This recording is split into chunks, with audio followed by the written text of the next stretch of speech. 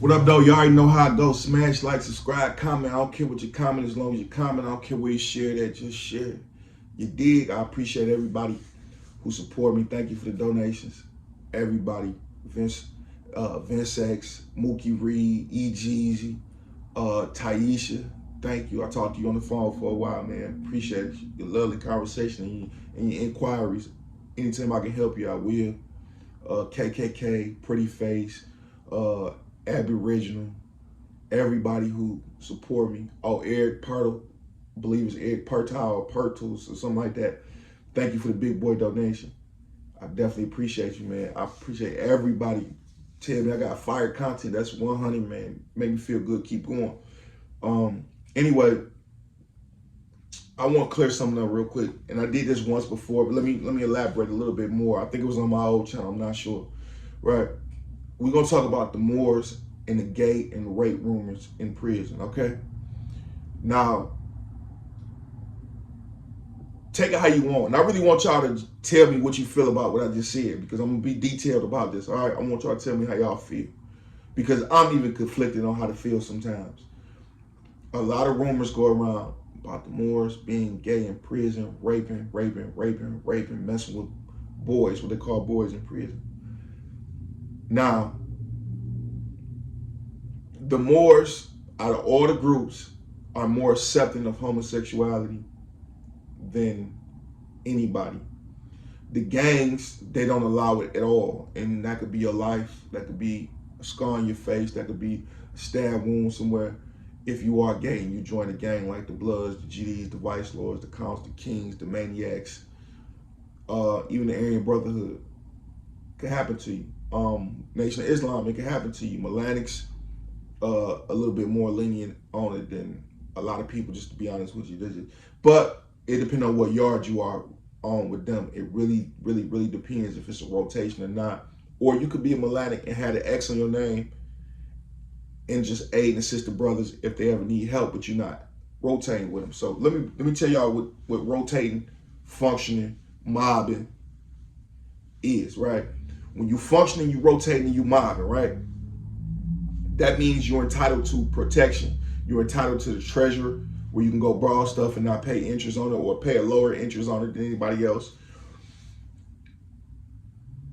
But when you're entitled to the treasure, the protection, information, literature, so on and so forth, you owe a responsibility to that group that you mobbing, functioning, rotating with, right? That means in order to be protected, you have to protect. So when you on count, when you on call, when you mobbing, you function, rotating, whatever name you use for it, you're entitled to protection, but you have to also protect. You have to follow the rules of the organization. I can have a bare eel on my name and not be entitled to anything, because they can't take my nationality from me. They can't take it from me. So a lot of people confuse people that's not functioning with us, people that's not allowed to come to our services, which we call meetings, just holy days. They're not allowed to come over there. They're not allowed to anything, entitlement to anything that the organization brings to the penitentiary, because they're indulging in something that the brothers don't feel that they should be in, and make us look bad. So you got those guys that's on the side with bays and eels on their name, raping people or hooking up with other Moors to go extort somebody out of booty or whatever the case may be. You got those people in every group, damn near. The people that used to be former Bloods that's done it. People used to be former GDs that has done homosexual activity or rape people or whatever the case may be. You got people in every organization that has done it, or they still closeted and haven't been found out yet.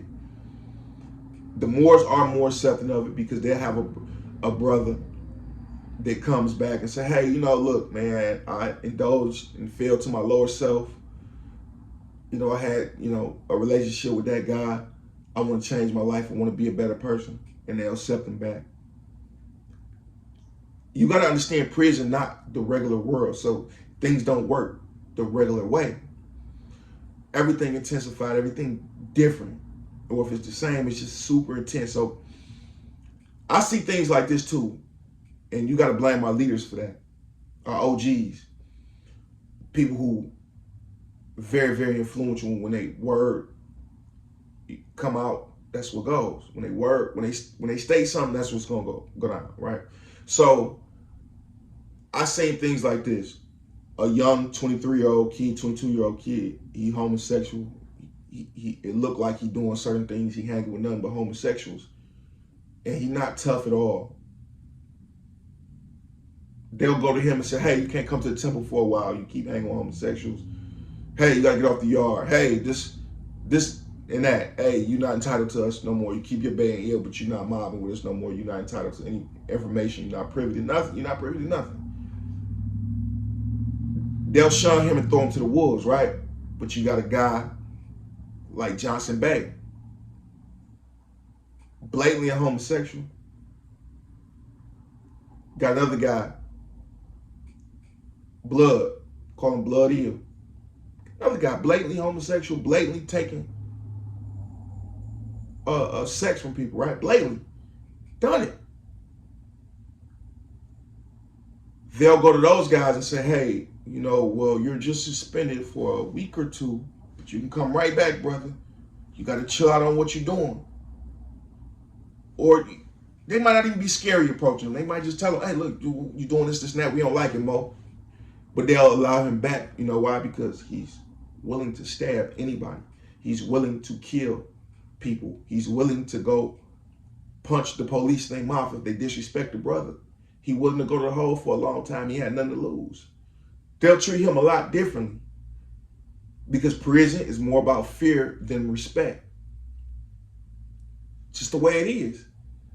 It was a brother, and this is another lesson that I learned. Because remember I told y'all I seen a white boy getting pressed out of sex, and I wanted to say something, and they told me don't do it. Mind my own business, right? So I'm a Moorish American. I think I'm at Earth, and it's a brother that was talking to somebody, and he said, yeah, that white boy thick, I'll suck his, what? I like his calves. So I say something to him, like, bro, like, damn, that's kind of like, you know, I'm thinking maybe he is joking, I don't know. And he said it again, and I see who he hanging with. So I say something to him, like, bro, you going kind of far, bro. Like, yeah, you a Moorish American, got the ill better than that. You can't be. So I go tell the big homie, I'm like, everything he doing just seem gay. He hanging out with gay people all day. He doing this, he doing that. Which ain't nothing wrong with what you do, whatever you do. But I'm saying when you in this movement inside this, it's about how we look. It's about how we respect it. So I go tell one of the homies, big homie, I'm not even gonna say his name, because I got love for the brother or whatnot. But I go tell him, and he very respected and very feared. He tells me, I'll go talk to him, but dude was probably just joking or something like that. I say, Mo, do we joke like that out loud? Do you people joke like that? And if so, do they do it out loud? Well, you know. He went over there smiling, shook his hand real quick, like he didn't even talk to him about it. I seen it, like, you know, and it's cool. But then I went back and I thought about it, like, why would he get a pass, but the young brother, Dudley Bay, get criticized and shunned for some of the same actions? Or not even the same, way lesser actions. He getting shunned and threw to the wolves and nobody likes him. But he do it, it's all good. Now, the brother that I'm talking about, he was very, very, very, very, very, very, very funny. Everybody liked him. But you knew by the way he talked, he real feminine, but he was a little crazy. He's a little crazy. And I thought about it, I'm like, damn, I was at the last joint with him. He's so crazy, right? A Moorish American came to him and said, hey, we need this guy off the yard. Such and such, he in the bathroom right now. Give him the knife. He goes in there, busts open the stall, and get the stabbing dude. And as he's stabbing him, he stopped and he says, damn, bro, you my homeboy. I didn't know it was you, my bad. I'm sorry, man, it's too late. What? He didn't go do no research. He didn't go look at him. Didn't care who it was. It was in the cause. It was in the name of the Moorish Temple of America. So he didn't care. He busting the stall on dude. Got this, hitting him with the knife, wrestling. Finally get him on the ground. Like, oh, you my homeboy. My bad, bro. I didn't know. It's too late now. He said it's too late. You gotta be out your mind, bro, to do something like that. But now I see why they'll give him a pass and won't get a young dog a pass who ain't put in no work. You take a guy like Rimmer Bay, for example. I talk about him a lot. That's the most notorious Moor in MDOC and Hawk Hill. Most notorious killers. Most notorious. If they were gay, if Rimmer Bay was gay and came out and wanted to be a drag queen, which he not, I'm just saying, if he wanted to, I don't think too many people would say something to him. And definitely not disrespectfully. Definitely they would come to him and say, hey, you gotta chill out for a while, you can't come with us. Sir, Mr. Rimmer Bay. You determine how long your sanctions is. You determine it. You come back whenever, because you put in so much work and he's so feared and respected. Mentally and physically, he's so feared and respected. It's a difference. You see how they treat people who just not tough? When you're not valuable to the movement, you get treated a certain type of way. So the Moors are more accepting of it than other people. But then too, you gotta understand this. I use this analogy all the time. There's a lot of Detroit guys in the joint, a lot of Saginaw guys in the joint.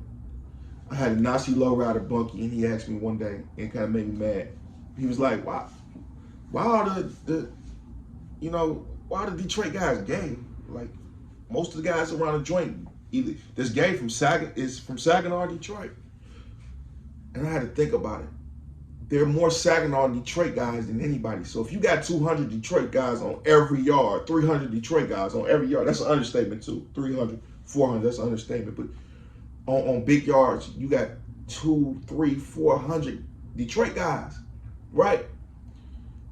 If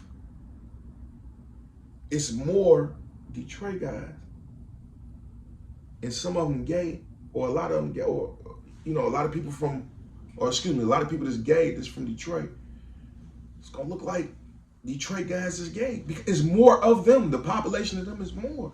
It's more. It's how I go. If it's more of a certain group of people, it's gonna look like they do it more. So it's more Moors on the yard than anybody. Consistently, it's 30, 40, 50, 100 Moors on 1 yard. So you got more of those guys that indulge in homosexuality. And then the rumors are so bad, the speculation is so bad, even if a Moor genuinely likes a homosexual, is just a friend and not no other way, it's still gonna look like he's still messing around. So it's more Moors, so it looks more like Moors are homosexuals. Then you gotta think about it too. A lot of these Moors been down 25 plus years, 30 years, since the 70s, the 80s, the 90s, even the 60s. I think it was one Moor that was down since 68 or something like that. I don't recall, but you got these guys was in prison when rape was very, very, very prevalent. It was going on all the time.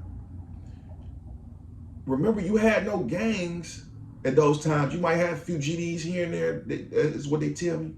But you didn't have the gangs to step up and say, hey, no, that's wrong. No, don't do that. You had old school guys over these years that just used to people getting raped, and they not gonna butt in their business. I told you, I seen the white guy getting pressed for him, for sex, and I wanted to step up and say, hey, dog, leave dog alone, just take his money, y'all. I want to say something to him, because I know my word meant something, and I wasn't the biggest and baddest at all. I'm just saying they know it's gonna be a tough fight, or it's gonna be a tough stabbing match, or a dog might wake me up out my sleep with a lot. They know.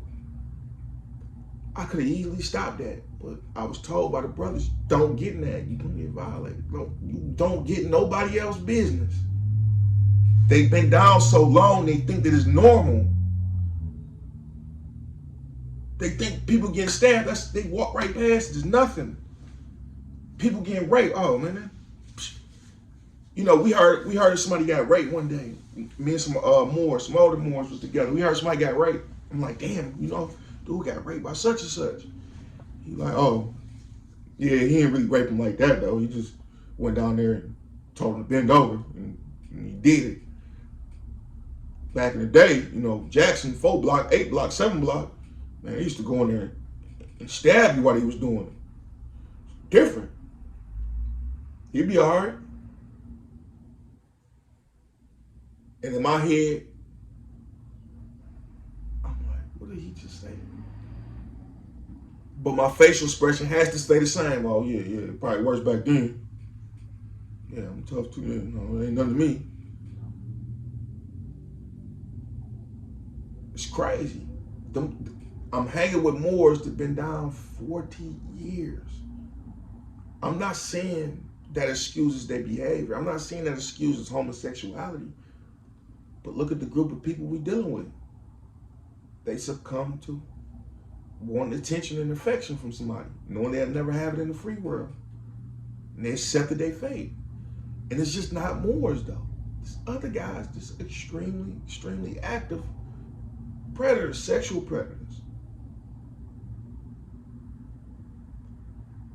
I had a comment on here where somebody said, your big homie Pussycat in New York, they are Moorish Americans. They did start out with the Moorish Americans before they got into all that other folly.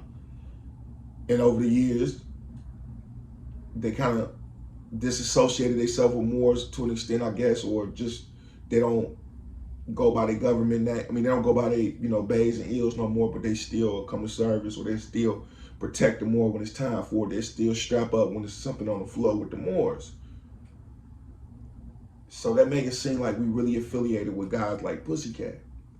I'm gonna reach out to Pussycat too, just to get some stories and for him to clear up some of the rumors, man. Cause they crazy, dog. The rumors is crazy. They absolutely crazy. He been down 25, 30 years. Long time. Drive you crazy, drive you nuts. So people start dressing in drag and everything. And I heard when he did dress in drag, I forget who it was. I forget, was it New York or Pussycat, Big Mama? Started dressed in drag. They got kicked out the Moorish Temple of America. I know Rumor Bay told me back in the day though, when the Moors first kicked off, like in the 80s, early 80s, because I know he joined 83, so it kind of kicked off like 81, 82 or something like that. He told me the Moors used to stab guys that was homosexual back in the day. But he also said the more you keep doing that, the more you won't have no brothers. Because some of everybody secretly indulges at some point when they've been down that long. A lot of guys that was cowards ran to the Moors during those times because they were powerful and it made them powerful. Are there a lot of Moors gay? Yes. But compared to the ones that are heterosexual, no. I would say out of every 100 more yard I've seen, for people that was active with us, that was homosexual, I say probably out of 100, 4. So you do 4 over 100, do the math. You do 4 over 100. Do the math. Simplify that fraction. Non-active guys, 2 or 3. So out of 110, 120 guys all together, active or not, you got 6 that's gay. Detroit guys would be 400, 500 of them. 30 gay, well, you do 30 over 400, 500. Simplify that fraction. That's not a lot.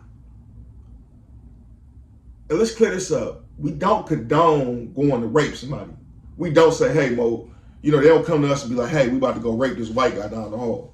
They don't come do that. Man, you know what happened to you? Talking about, hey, more, we about to come rape somebody in the name of God, Allah, or the prophet. They don't do that.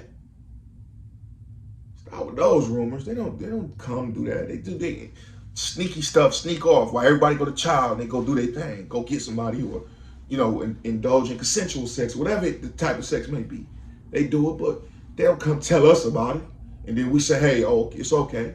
But guys will turn a blind eye to it depending on who the person is. Another reason why they do that, not only because the guy might be a killer and valuable to the movement, but another reason why they might do it is, that's been my brother for 35 years of my life. We grew up in a penitentiary together. We've been down since, we both came down since we was 18, 20 years old. 35 years later, here we are again. We've been through wars together. We stabbed people together. We've been in the hole together. We've been starved together. We had riots together. We attacked the police together. We caught cases in the joint together. We killed in the joint together. You think it's that easy to turn your back on him? Right now, if my homeboy come out and say, hey, look, I'm the gayest guy in the world, I'ma still love him the same. I'ma still love him the same. Because I don't lost so much, I don't have much as far as people in my life. Associates, friends, I don't have that much. I can't just throw you to the wolves because you're gay. So all the people out there, oh, you're a Muslim, you shouldn't be condoning that and nothing like that. No. No, don't tell me who I should hate, who should I dislike, or how should I interpret what I believe in. I'm not a Sunni, I'm not a Shia, I'm not your traditional Muslim. The Moors not traditional Muslims compared to other people, and I'm not even traditional compared to other Moors, because I think different and outside the box. One of the big homies out here told me, if I said, what do you think about homosexuality in the temple, transgenders coming? He said, we got a saving power. We might be able to heal that person. Not saying that they do need healing, but I'm just saying that's what he said. We might be able to heal that person. But if not, he can bring more people in like him and they still can get saved by God Allah. Because, like I always said, if God Allah only saves those who've been perfected in his sight, then who will be saved? That's in the Moorish Holy Quran. It's one of the most powerful and favorite verses. In prison, that's different. I think being homosexual and a Moor in prison can deter other people from coming because it's a super masculine environment, way more masculine than the world. You playing for the highest level of you playing at the highest level of respect, the highest level, because in there when you disrespect, the highest level of consequences can come to you for stuff that's minor, stuff that you should know. It's a different world, it's a different environment. But hopefully that cleared up all these rumors about the Moors and homosexuality. All right. Peace and blessings be to y'all, Big Five.